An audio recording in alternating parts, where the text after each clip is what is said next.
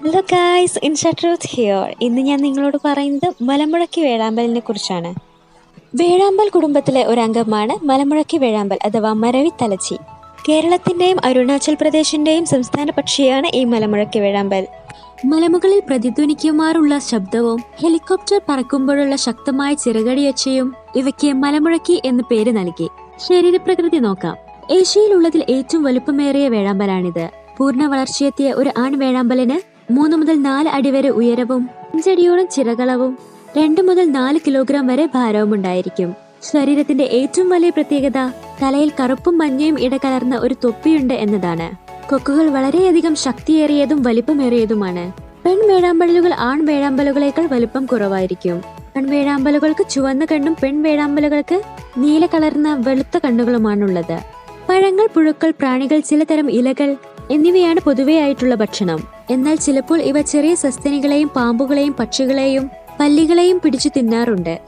ഇനി കൂട്ടുകാർക്ക് ഇവയുടെ പ്രത്യുൽപാദന രീതി പറയാം.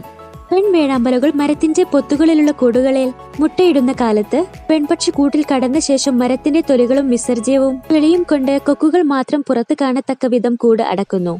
പെൺപക്ഷി തന്റെ തൂവലുകൾ പൊഴിച്ച് കുഞ്ഞുങ്ങൾക്ക് പതുപതുത്ത മെത്തയൊരുക്കും.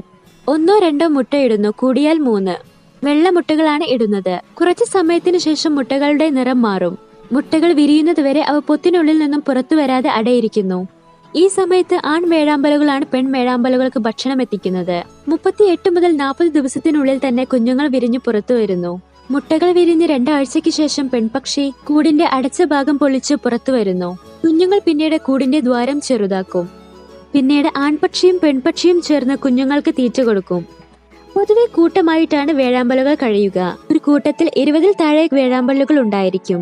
വേഴാമ്പലുകൾ ഒറ്റ ഇണയെ മാത്രമേ സ്വീകരിക്കുകയുള്ളൂ. ഒറ്റ കൂട് തന്നെ ഇവ വർഷങ്ങളോളം ഉപയോഗിക്കുന്നു. 20 മുതൽ 22 ആഴ്ച വരെയാണ് പ്രജനന കാലം.